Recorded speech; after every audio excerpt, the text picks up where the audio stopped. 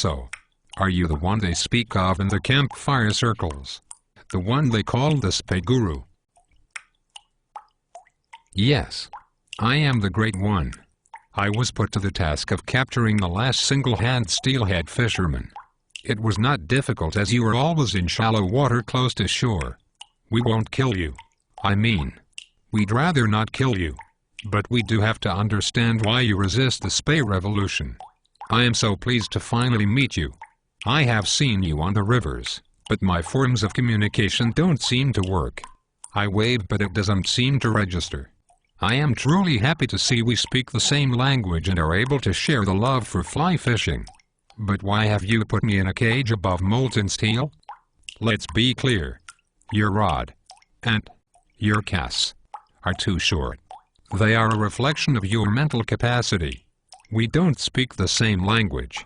You are above the molten steel because it is your last chance. Join the superior race or you will fry like a southern turkey. Huh? I don't understand. I am a good person. I have done nothing wrong. Where have you been hiding? Haven't you noticed the Spey Rod Revolution? It is even moving to the American West for trout. Perhaps one day even saltwater anglers will realize they can cast 150 feet if they use two hands instead of one. Yes.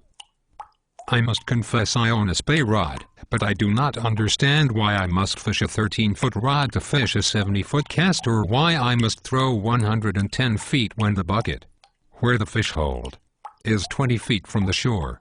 Are you stupid? Have you never felt the joy of the double Spey or 120 feet of line come tight to a silver bright steelhead? I don't think I am dense.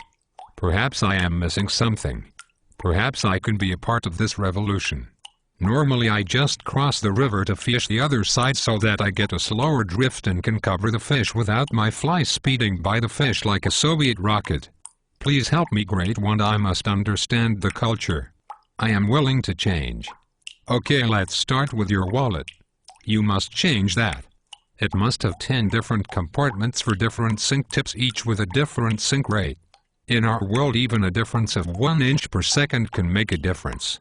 Oh, now I understand a few things. First, it is now clear to me why you must take your wallet out at each run before fishing. You are assessing the flow of water and converting that flow into sink rate per second so that you are able to select the right line. A line that is heavy enough to get the fly down to the fish quickly before the main current catches your 120 feet of fly line and rips your fly away from the fish. Perhaps that is why you also fish the leadhead chicken with octopus hook attached to the butt. Yes. That is why. Sink rate is essential to the revolution. This fly you speak so grossly of is the intruder. It was created by men who eat nothing but canned chili and fish with their hoods up. Every year they cast further and further and find new ways to throw that line. Think about that. One guru from Oregon thinks he will be effectively fishing 200 feet by next year. That is absolutely incredible. Will he only fish on the big rivers so that he is able to fish a long line? No. He is so good he will fish around the corner and be able to fish every other pool. This leapfrogging hole technique will save him much time waiting and make him a much more efficient steelhead predator. I cannot thank you enough. I feel I am getting closer to the truth. I can feel the light. A few final questions. May I still fish with a floating line? And I have noticed those in your culture do not have girlfriends. In order to be a Spey guru, must I be celibate? Fish and relationships don't mix. Remember that. You need every day and every hour to tie intruders, improve your casting and to slay as many chromers as is humanly possible on a Spey rod. You may only have a girlfriend in the month of January, the one month where it is not possible to catch a fresh steelhead anywhere. I forgot to mention one very important thing. You must also never strike on a chromer. You must wait no matter how slow the water or how much line you are using for the fish to hook himself. Also, you will now refer to the steelhead take as a pull. You must speak of that pull in great detail as it is the essence of the movement.